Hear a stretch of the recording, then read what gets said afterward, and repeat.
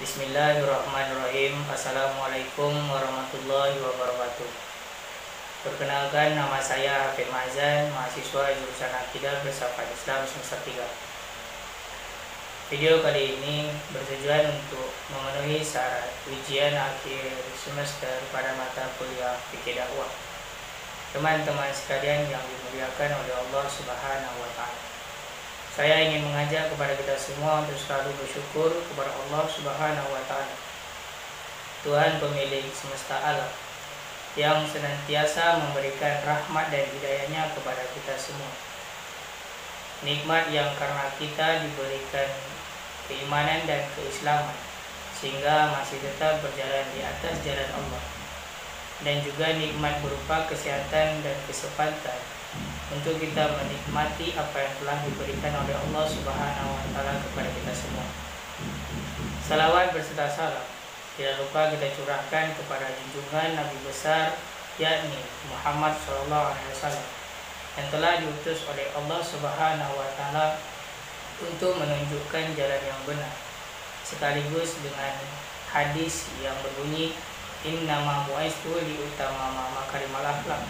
Sesungguhnya Allah mengutuskan Nabi Muhammad turun ke dunia ini, yaitu untuk menyempurnakan akhlak manusia, serta menegakkan panji-panji kebenaran, menyampaikan rahmat Allah Subhanahu wa Ta'ala kepada kita semua.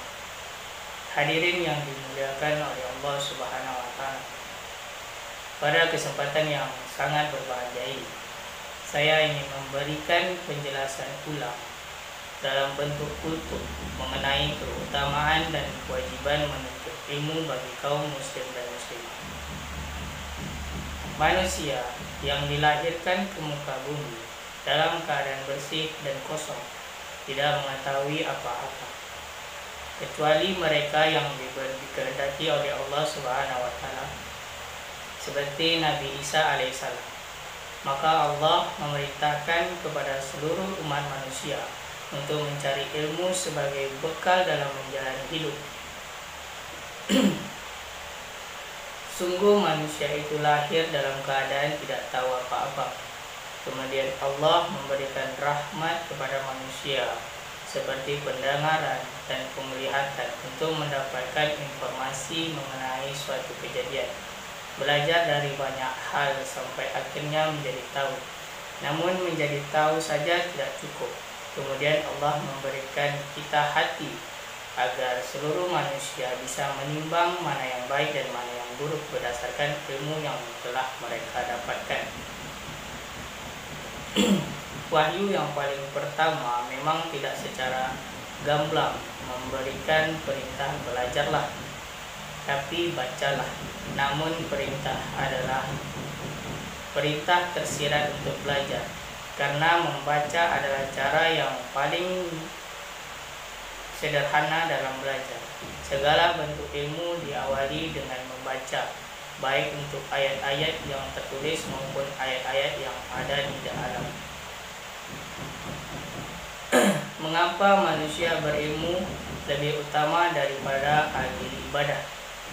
Seorang yang berilmu akan kembali ke jalan yang benar, sehingga ketika ia melakukan sesuatu selalu didasari akan kebenaran. Kebenaran akan mengarahkan seseorang kepada sesuatu yang bersifat hakiki, dan tidak ada yang bersifat hakiki selain Allah Subhanahu wa Ta'ala, sehingga ilmunya akan menuntutnya untuk beribadah. Sedangkan orang yang beribadah tanpa didasari ilmu akan membuat kualitas ibadah mereka hanya berdasarkan keyakinan. Kalau keyakinan itu benar ditunjukkan untuk oleh Allah Subhanahu wa Ta'ala, maka orang berilmu masih lebih unggul dalam suatu hal, yakin dalam berilmu, karena yang berilmu pasti memiliki keyakinan, meskipun yang berhak menilai kualitas suatu ibadah tidak lain hanya Allah Subhanahu wa Ta'ala.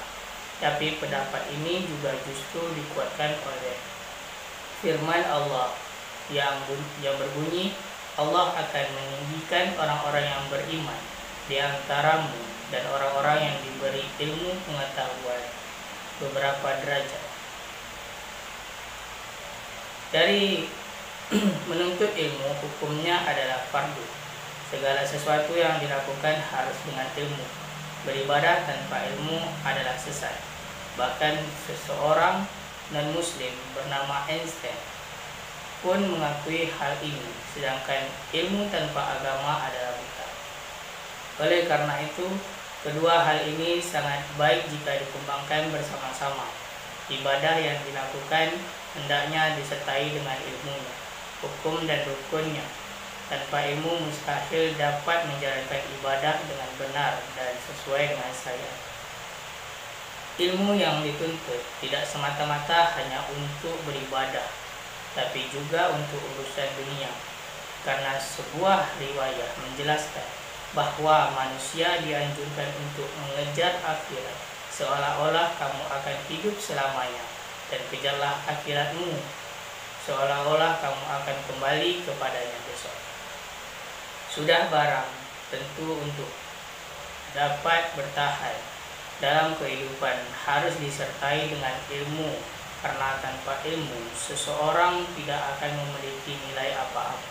Menuntut ilmu seperti kedokteran, kesehatan, jual beli, hukum, ilmu alam dan ilmu sosial juga merupakan kewajiban, meskipun sebagian ulama menggolongkan hukumnya pada fardu kifayah.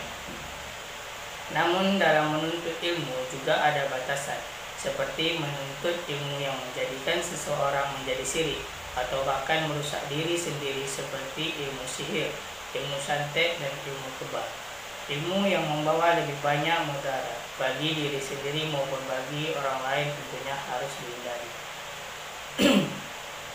Teman-teman sekalian yang dimuliakan oleh Allah Subhanahu wa Ta'ala, kebahagiaan dunia dan akhirat dengan ilmu. Keutamaan perintah menuntut ilmu lainnya tidak semata-mata untuk beribadah, tapi juga untuk kebahagiaan manusia itu sendiri. Allah memberikan perintah yang ketika dilaksanakan akan lebih banyak manfaat bagi manusia dibandingkan meninggalkannya. Dalam sebuah riwayat, seorang sahabat memberi penjelasan kepada seorang muslim lainnya perihal cara mendapatkan kebahagiaan di dunia melalui ilmu. Siapa yang menginginkan kebahagiaan dunia, maka harus dengan ilmu. Siapa yang menginginkan kebahagiaan di akhirat, maka harus dengan ilmu. Dan siapa yang menginginkan kebahagiaan keduanya, dunia maupun akhirat, maka harus dengan ilmu. Saran ini disampaikan oleh Ali bin Abi Thalib ketika Nabi masih hidup, dan pada saat tersebut Nabi diam. Sedang diamnya Nabi adalah tanda setuju dan kata lain. Diamnya Nabi kala itu memberikan pembenaran atas perkataan dari Ali. Orang yang berilmu akan lebih sulit disesatkan oleh syaitan dibandingkan dengan orang yang tidak berilmu. Seseorang yang alim lebih sulit digoda oleh syaitan daripada 1000 ahli ibadah yang tidak berilmu. Hadis riwayat Tirmizi. Teman-teman sekalian yang sama-sama dirahmati oleh Allah Subhanahu wa Ta'ala, tentu saja sangat banyak manfaat dari seseorang yang menuntut ilmu. Tidaklah cukup waktu hanya untuk membahas keutamaan dari ilmu. Seperti salah satu contohnya, keutamaan ilmu dimasukkan ke dalam amal jahiliyah yang tidak terputus pahalanya bagi yang menyebarkannya meskipun telah meninggal. Oleh karena itu, marilah kita semua memperbanyak menuntut ilmu, baik ilmu dunia maupun akhirat. Dan janganlah kita pelit membagikan ilmu tersebut, karena sesungguhnya itu adalah amalan jariah yang tiada terputus pahalanya. Demikianlah yang bisa saya sampaikan mengenai keutamaan dan kewajiban menuntut ilmu. Lebih dan kurangnya saya mohon maaf. Saya akhiri dengan Allahu a'lam. Akhir kata, wal qalami wa ma yasturun fastabiqul khairat. Wassalamualaikum warahmatullahi wabarakatuh.